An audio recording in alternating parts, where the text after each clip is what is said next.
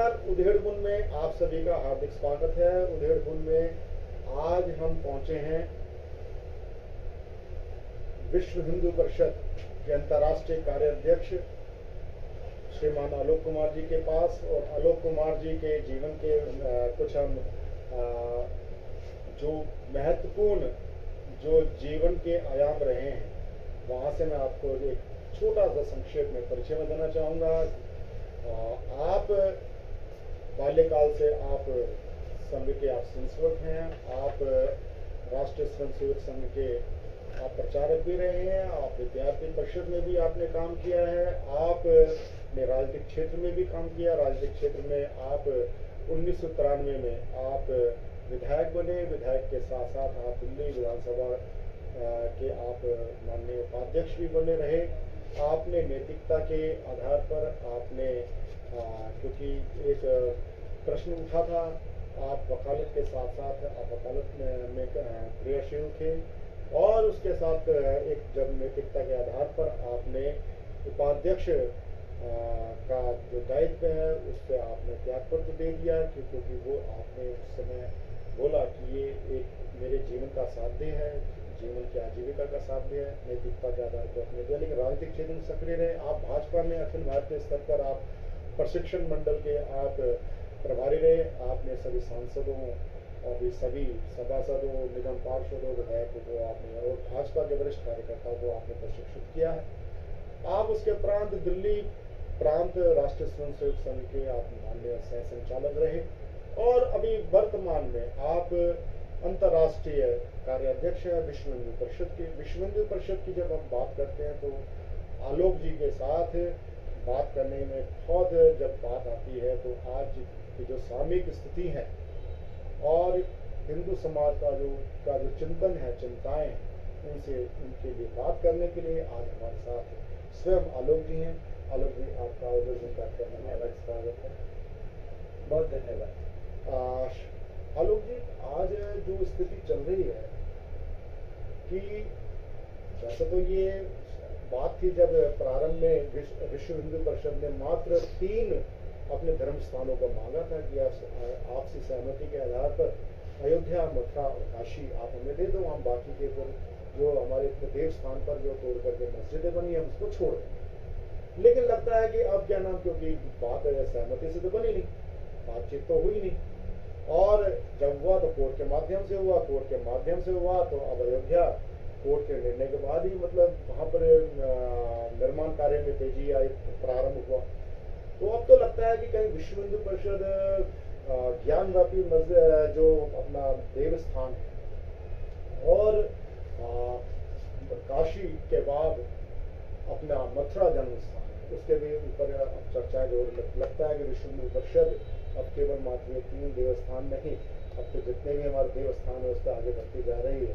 तो मुख्य रूप से ज्ञानव्यापी के बारे में और कृष्ण जन्मभूमि के बारे में आपके क्या मतलब गतिविधियां क्या रहने वाली? बहुत धन्यवाद, एक अच्छा सवाल पूछा। राम जन्मभूमि का जब मंदिर बनना शुरू हुआ था तो मैंने कहा था कि मंदिर पूरा होने के बाद हम काशी मथुरा के बारे में विचार करें, पर भगवान को भी जल्दी है और इसलिए काशी की एक अदालत ने ये कहा कि वहाँ का सर्वे करो, काशी का ज्ञानवापी मस्जिद, वीडियो कैमरा ले जाओ, दूसरा कैमरा ले जाओ, फोटो खींचो, सर्वे करके लाओ। हमने देखा कि बड़ी घबराहट मच गई। इंतजामिया कमेटी का ये भी बयान आया कि हम नहीं होने देंगे, हम परिणाम देंगे। हाईकोर्ट गए, हाईकोर्ट ने उनकी अपील खारिज कर दी। सुप्रीम कोर्ट आए, सुप्रीम कोर्ट ने सर्वे पर स्टे लगाने से इनकार कर दिया। तो सर्वे हुआ, जो मंदिर तोड़ा गया था उसका मलबा वहीं छोड़ा।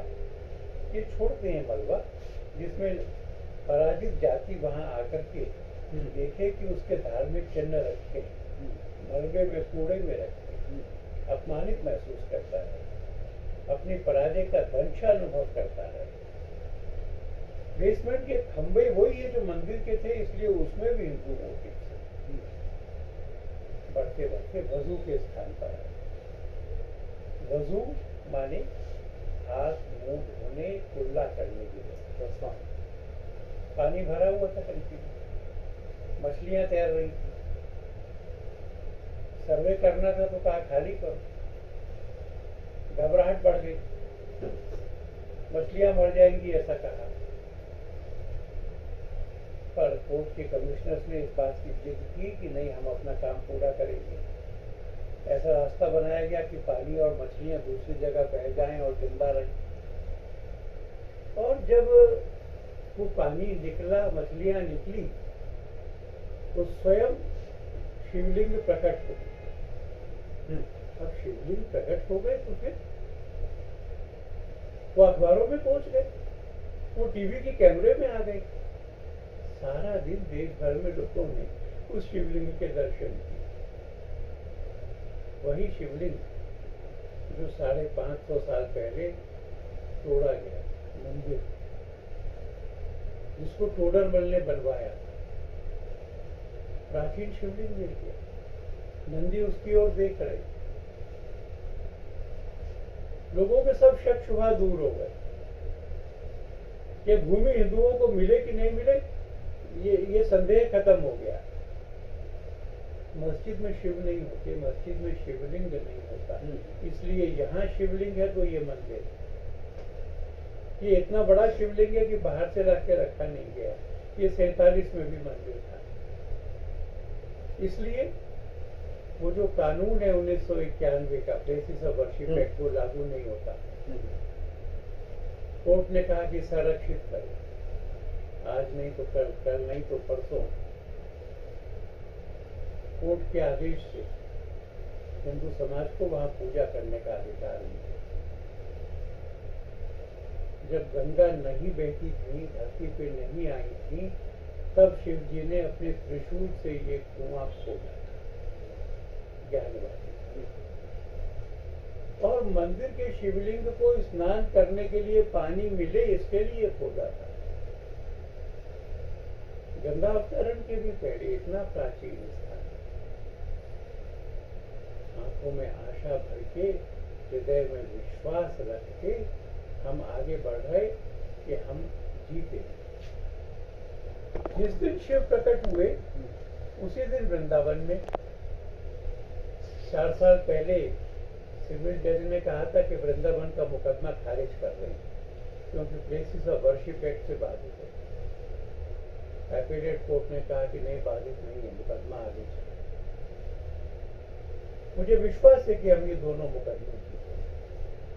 हमें विश्वास है कि इसी जीवन में, इन्हीं आंखों से हम शिव जी के मूल स्थान पर और उस कारागार के स्थान पर जहां अर्धरात्रि को जन्माष्टमी, अष्टमी के दिन, जब सब जगह बारिश हो रही थी, यमुना में बाढ़ थी, पहरेदार सो गए थे, देवकी के गर्भ से कृष्ण प्रकट हुए थे, उसी स्थान पर मंदिर बनाकर पूजन करेंगे, अपने जीवन में कर सकेंगे, ऐसा विश्वास हुआ। विश्व हिंदू परिषद के एजेंडे पे है कि नहीं, ये मुझसे पूछते। मैं कहता हूँ कि संपूर्ण हिंदू समाज के एजेंडे पे है ये दोनों स्थान, और हम सफलता की ओर इसमें बढ़ रहे हैं। आज जो सबसे ज्यादा जो चर्चा है, आज हिंदू समाज जितना उद्वेलित हुआ है, और चाहे वो इस्लामिक आतंकवाद हो, चाहे वो एक हिंदू धर्म को, हिंदू समाज को आक्रांतित करने के लिए जिस प्रकार की गतिविधियां देश भर में चली, और एक जो सबसे बड़ा मूल प्रश्न आ जाता है कि मीडिया के अंदर भी जो टीवी डिबेट्स होती है, टीवी डिबेट्स पे वहां पर संतुलन नहीं होता, और जिस प्रकार से दुष्प्रचार किया जाता है, चाहे वो नवीन जी का हो, नवीन जिंदल का हो, चाहे वो नकुल शर्मा जी का हो, उसमें जिस प्रकार उन्होंने अपनी प्रतिक्रियात्मक टिप्पणी उन्होंने की थी। और क्या इस प्रकार की जो टीवी डिबेट्स हैं, टीवी डिबेट्स आयोजित करने वाले चैनल मीडिया क्या ये जिम्मेदारी इस चीज से? मैं समझता हूँ कि हिंदू समाज आतंकित नहीं, आश्वस्त है। आपने नुपुर का जिक्र किया, वहां से शुरू करें। नुपुर ने क्या कहा? तो हजरत मोहम्मद साहब के जीवन में जो घटनाएं घटी, जिनको कट्टर मुसलमान भी मानते हैं कि हाँ घटी थी, उन्हीं का तो जिक्र किया था। अपनी तरफ से कोई टिप्पणी भी नहीं। कुछ लोगों को शिकायत हुई, एफआईआर दर्ज हो गई, पुलिस जांच कर रही है, मुकदमा दर्ज होगा, मुकदमा सुना जाएगा, गवाही बहस सुनी जाएगी, तब फैसला होगा। अगर कोर्ट ने पाया कि नुपुर दोषी है, तब ना वो दोषी होगी। और कोर्ट को एक और बात भी सोचनी पड़ेगी, कभी भारत में अभिव्यक्ति की आजादी, कई धर्मों के लोग रहते हैं। हमारे धर्म के अनेक पहलुओं पर प्रश्न उठाए जाते हैं, हम उत्तर देते हैं। हम गला काटने नहीं जाते। राम ने सीता को जंगल में क्यों दिया? शूद्र गवाह ढोल पशु नारी, हम उत्तर देते, हम गला काटने नहीं जाते। क्या हिंदुओं को, क्या भारत के लोगों को अभिव्यक्ति की आजादी के अधिकार के अंतर्गत मुसलमान धर्म को और उनके नबी के बारे में पढ़ने का अधिकार है? उस पढ़ाई में अगर उनके मन में कुछ प्रश्न उठे तो पूछने का अधिकार है। उन प्रश्नों के उत्तरों से अगर संतुष्टि नहीं हो तो क्या ये बात कहने का अधिकार नहीं है कि हम संतुष्ट नहीं हैं?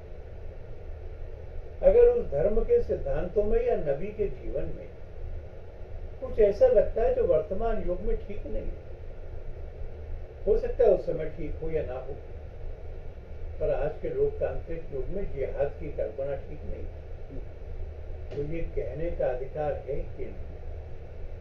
मैं मानता हूं कि है।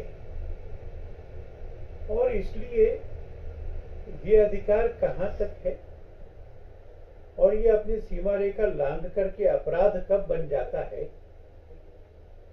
नवीन के मुकदमे में, नुपुर के मुकदमे में कोर्ट को ये फैसला करना होगा। मैं इस पर अभी से कुछ राय निर्णय नहीं दे सकता, मेरा क्षेत्राधिकार नहीं है, पर वकील के नाते मैं कह सकता हूं कि नुपुर का मुकदमा बहुत मजबूत है। एक वातावरण बनाया गया कि उसने इस्लाम के खिलाफ कुछ कह दिया। मैंने आपको कहा कि भारत के कानून में मुकदमा दर्ज होना यही तरीका था, पर 10 तारीख को मस्जिदों से जुलूस निकले, भोले भाले मुसलमान जो नमाज पढ़ने आए थे, कट्टरपंथी लोगों ने बहकाया, वो बाहर निकल गए, पत्थरबाजी हुई, आगजनी हुई, मारकुटाई हुई। क्या भीड़ फैसला करेगी कि नुपुर ने अपराध किया कि नहीं? क्या भीड़ दंड देगी? क्या भारत में ईश निंदा का कानून चलेगा? 1400 साल पुराना शरिया का कानून काल बाह्य है, हमने उसको नहीं अपनाया। वो भारत के क्रिमिनल जस्टिस सिस्टम का पार्ट नहीं। इसलिए बजरंग दल ने भी 16 तारीख को देश भर में धरने किए थे और ये चेतावनी दी थी कि भाई ये नहीं चलेगा, संविधान की मर्यादा में रहो, हमलावर हो गए तो आत्मरक्षा का अधिकार हिंदू के पास नहीं है। 17 जून को कुछ नहीं। सुप्रीम कोर्ट में जो हुआ वो दुखद है। एक तो सुप्रीम कोर्ट इस बात की सुन नहीं रही थी कि नुपुर दोषी है कि नहीं, उसको नहीं सुन रही। उसको तो इतना फैसला करना था कि सब मुकदमे एक जगह आए कि नहीं आए। तो ऐसी टिप्पणियां क्यों की? मुकदमे का फैसला जैसा लगे ऐसी टिप्पणियां क्यों की? करी तो ऑर्डर में क्यों नहीं लिखा? हमें बताया गया है कि सुप्रीम कोर्ट या कोई भी कोर्ट सुनवाई के दौरान जो बोलती कहती है वो उसके ऑर्डर का पार्ट नहीं माना जाता, जो लिखा जाता है वो माना जाता है। थोड़े समय पहले अर्नब गोस्वामी का केस आया था, सुप्रीम कोर्ट ने कहा कि एक विषय की एफआईआर एक जगह होगी, 10 जगह कैसे इन्वेस्टिगेट करोगे, सब इकट्ठी कर दो। वही न्याय नुपुर को क्यों नहीं देना? नुपुर के समर्थन में पोस्ट डालने के कारण 2 लोगों ने प्राण खोए। क्यों नुपुर को मजबूर किया जाए कि वो बंगाल के मुस्लिम बहुल इलाके में जाए, मुंबई जाए, आसाम जाए? क्या उसके प्राणों का संकट जजों को पता नहीं था? क्या वो सुरक्षा के अधिकारी नहीं है? क्या सुप्रीम कोर्ट का अर्नब गोस्वामी के केस में दिया गया फैसला इस केस में लागू नहीं होता? हमको सुप्रीम कोर्ट के फैसले से बहुत निराशा हुई। पाकिस्तान को लगा कि ये तो आंदोलन शांत हो, कुछ ऐसा धमाका करो कि बड़ी बात बने। तो 2 लोगों को भेज करके पोस्टर बॉय बनाने की तैयारी से तालिबान में जैसा होता है वैसा कन्हैया का गला काटा और चप्पू लहराते हुए एक वीडियो डाला कि नरेंद्र मोदी की गर्दन तक भी पहुंची। अमरावती में भी ऐसी घटना, ये घटना ठीक नहीं। 2 हिंदू मारे गए, 4 लोग दोषी मुख्य रूप से पकड़े गए, 6 महीने में फांसी होगी तो समझे। तार पाकिस्तान से जुड़े थे, पाकिस्तान की उकसाने में यह हत्याएं हुई। कल जहांगीरपुरी के दंगों की चार्जशीट फाइल हुई, 3000 पेज की चार्जशीट। उन्होंने कहा है कि ये दंगा पूर्व फैब्रिकेटेड था। मस्जिद और आसपास के घरों में पत्थर बोतलें रखी गई थी, हथियार रखे गए थे। जुलूस आया तो सब जगह से हमला किया गया। ये पत्थर और बोतलें अचानक थोड़ी सब घरों में पहुंच जाती है।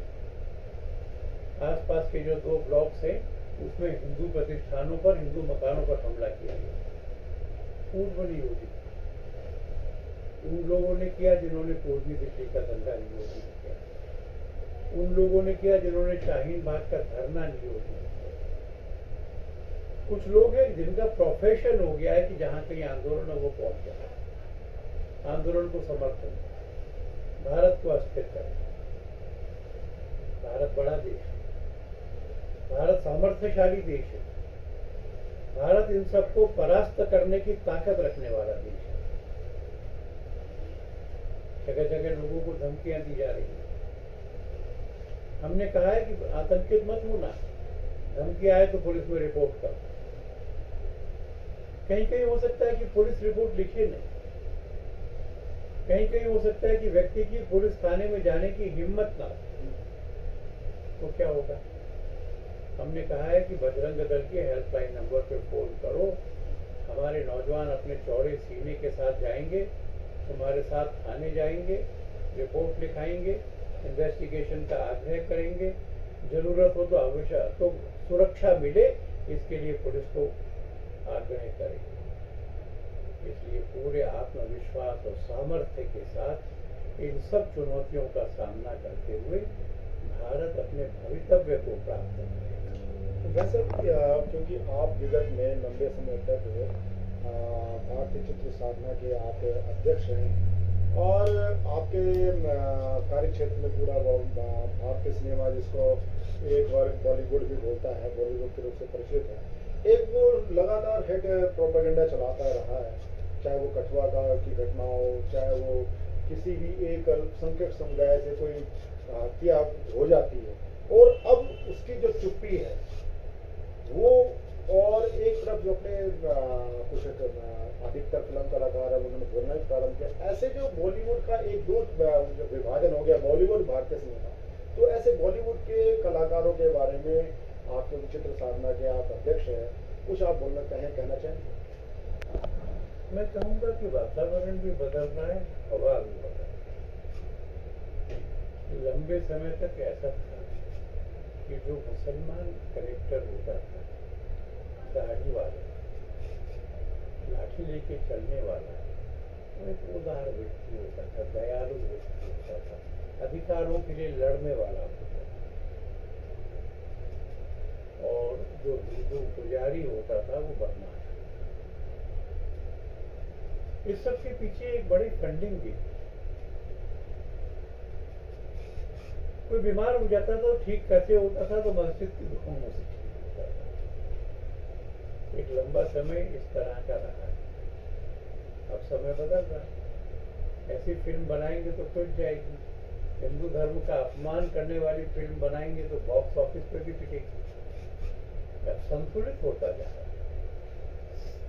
जिन लोगों ने एज अ प्रोफेशन मानवाधिकार संस्थाएं बना रखी थी, जिन लोगों ने एज अ कवर अप ये संस्थाएं बना रखी थी, जो टेररिस्टों और जिहादियों का समर्थन करते थे, और अगर हिंदू मुसलमान में मुसलमान एग्रेसर है तो उनको पता ही नहीं चलता था, और अगर अनुसूचित समाज का स्वर्ण समाज से हुआ है तो वो वहां सब पहुंच जाती है।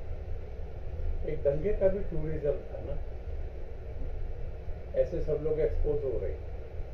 गुजरात के मामले में सुप्रीम कोर्ट का फैसला आ गया, तीस्ता हवालात में अभी जेल में। इसलिए एक दृढ़ प्रतिज्ञ सरकार और एक दृढ़ प्रतिज्ञ समाज मिल करके इन सबको बेनकाब भी कर रहे हैं और ये अपने छूटने की भी चढ़ाएंगे। आलोक जी, एक अभी हाल में घटना घटी है, पहले अभी क्रम चला है, 2-3 दिन से घटनाएं सामने आई झारखंड विशेष कुछ जिलों के अंदर, जहां पर उनकी आबादी 70% से ज़्यादा हो चुकी है।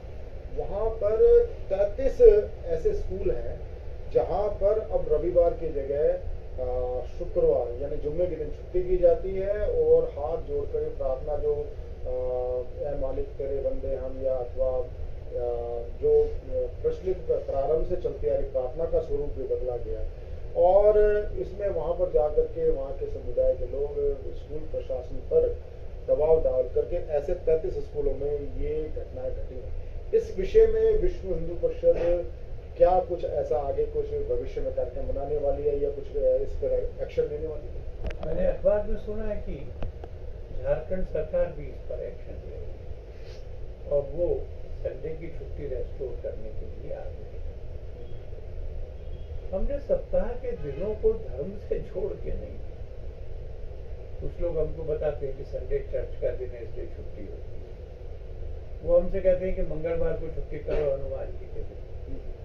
किसी एक दिन छुट्टी होती है, रविवार को होती है, हो रही है, पर शुक्रवार को जुमे का दिन इसलिए छुट्टी करो, या उर्दू पढ़ाओ, स्कूल का नाम बदलो, प्रार्थना की स्थितियां बदलो। क्या धर्म के आधार पर ये सब चीजें तय होंगी? और अगर धर्म के आधार पर तय हुई तो 80% में तो हिंदू है ना। हमें कहा जाता है कि जुलूस निकाल रहे हो, मस्जिद के आगे से मत निकालना। क्या सड़कों का भी इलाका बांटा जाएगा? ये परिस्थिति स्वीकार्य नहीं है। शासन में धर्मनिरपेक्षता, सब धर्मों से समान व्यवहार, और किसी भी धर्म के मानने वालों को इस प्रकार की गुंडागर्दी की अनुमति नहीं दी जा सकती। विश्व हिंदू परिषद माने पूरा हिंदू समाज इस बारे में सतर्क है। पीएफआई के जो कुछ लोग पकड़े गए, उनसे जिस प्रकार की उनसे सामग्री प्राप्त हुई, और जो वहाँ के पुलिस ने जो बयान जारी किया उसमें उन्होंने दिखाया कि उनकी जो योजना थी 2047 तक पूरे भारत पर एक और नया विभाजन तैयार करने के लिए। उसके बाद जो एसएसपी के वहाँ पे डिस्ट्रिक्ट के हैं, उन्होंने एक बयान दिया है, उन्होंने तुलना करते हुए कि ये जो पीएफआई संगठन जिस प्रकार से मार्शल आर्ट, कराटे वगैरह की जो ये ट्रेनिंग देता है, ये जस्ट लाइक आरएसएस की शाखा होती है, इस प्रकार से जो दिया गया, इसके बारे में भी कुछ आप? बहुत मूर्खतापूर्ण बयान है पटना के एसपी का, कोई तुलना नहीं है। हमारे यहाँ पे तो संघ की शाखा में हम लाठी सिखाते हैं, इसलिए सिखाते हैं कि उससे आत्मविश्वास आता है। आजकल के समय में कोई लाठी से युद्ध होता है क्या? पर कुछ लोगों के दिमाग विषाक्त करते, उनको सब जगह पर वैसा ही संघ नजर आता है जैसे कंस को सब जगह कृष्ण मिलते थे, रावण को राम मिलते। अब इसमें संघ क्या कर सकता है? पर सरकार को उस पर कार्रवाई करनी चाहिए। हाँ, क्योंकि वो एक प्रशासनिक अधिकारी है। और एक बहुत गैर जिम्मेवार व्यक्ति है। आलोक जी, अभी अब क्योंकि भविष्य में क्या चीज़ छुपी है, लेकिन कुछ चीज़ें निश्चित हैं।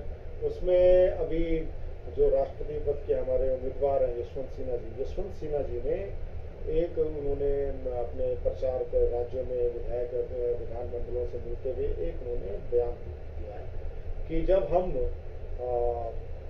अगर मैं राष्ट्रपति बना तो मैं सीएए को लागू नहीं करने दूंगा। ये अगर महत्वपूर्ण है, जिनको बनना नहीं है वो कैसे कुछ भी बोल सकते हैं।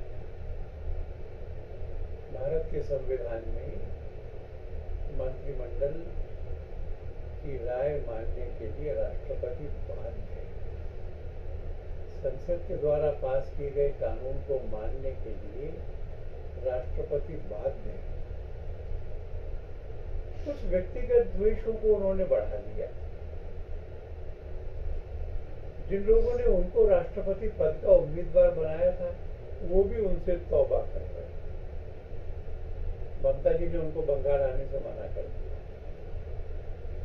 कांग्रेस के साथ जिन लोगों की सरकार है, ऐसे झारखंड मुक्ति मोर्चा ने, और जो अभी भी कांग्रेस के साथ अलायंस है, ऐसी शिवसेना ने द्रौपदी मुर्मू के समर्थन की घोषणा की। एक राष्ट्रीय सहमति सी बनती दिख रही है द्रौपदी मुर्मू के पीछे, और एक राष्ट्रीय लाइबिलिटी बन गए, खासतौर पे उन लोगों की जिन्होंने स्पॉन्सर किया था यशवंत सिन्हा।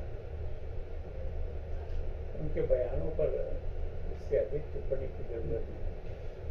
आलोक जी, एक प्रश्न अभी मेरे मस्तिष्क में उत्पन्न हुआ, वो मैं बाहर लेके आ रहा हूँ। वो ये है कि अभी जो पीछे जंतर मंतर मंडी हाउस से जंतर मंतर पे इतना एक विराट हिंदू शक्ति प्रदर्शन हुआ। अब तक जितने भी प्रदर्शन हुआ करते थे वो प्रदर्शन हुआ करते थे राज्य सरकार या किसी केंद्र सरकार के खिलाफ, लेकिन ये संभवतः पहली बार जो ये शक्ति प्रदर्शन हुआ, संकल्प जिसको आपने मार्च का नाम दिया, उसमें पहली बार ये एक इसका जो संदेश या इसको कहें शक्ति प्रदर्शन एक न्यायपालिका के सामने भी था कि किस प्रकार से उसमें मैं खुद उस शक्ति प्रदर्शन में सम्मिलित था, देख रहा था, कवर कर रहा था। उसमें एक टैग था, एक स्लोगन था कि न्यायपालिका अपनी मर्यादा में रहे। तो और इससे क्या हम संदेश तो वैसे सबको जा चुका है, लेकिन फिर भी मैं आपके श्रीमुख से जानना चाहूंगा क्या संदेश इससे क्या? किसी के विरोध में नहीं था, अपना संकल्प व्यक्त करने के लिए। और ये बात तो ठीक है कि सबको अपनी मर्यादाओं में रहना चाहिए। ये लक्ष्मण रेखाएं हम सबको अपने अपने कर्तव्य की मर्यादा में रहने के लिए बाध्य करती है। हमको लगता है कि सुप्रीम कोर्ट ने नफोसू केस में ऑलरेडी जो 2 जजों ने कहा वो मर्यादा लांघने की बात असंतुलित, उससे बचना चाहिए। हमने कहा है, हमने उन सब शक्तियों का जो भारत का विरोध कर रही हैं उनको संदेश दिया है कि तुम सफल नहीं हो। हिंदू शताब्दी विश्व में हिंदू का डंका बाजे, आधिपत्य करने के लिए, साम्राज्य बनाने के लिए, विश्व शांति के लिए, विश्व को सुख का मार्ग बताने के लिए, सच्चिदानंद के, और हम उस मार्ग पर बढ़ते हुए अपनी सफलता को प्राप्त करेंगे। धन्यवाद आलोक जी। ये थे हमारे साथ विश्व हिंदू परिषद के अंतर्राष्ट्रीय कार्याध्यक्ष श्रीमान आलोक कुमार जी। आप सुप्रीम कोर्ट के आप सुप्रसिद्ध अधिवक्ता भी हैं, और इसलिए सुप्रीम कोर्ट के आप अधिवक्ता हैं, सुप्रसिद्ध अधिवक्ता हैं, तो विश्व हिंदू परिषद के कई जो आज के अगर हम परिस्थिति देखते हैं, चाहे वो अलग अलग हमारे कोर्ट में केसेस हैं हिंदू अपने देवस्थानों के बारे में, बहुत मैं उधेड़पुन मीडिया से मैं आपका हार्दिक आभार व्यक्त करता हूँ। आपने इतना अमूल्य समय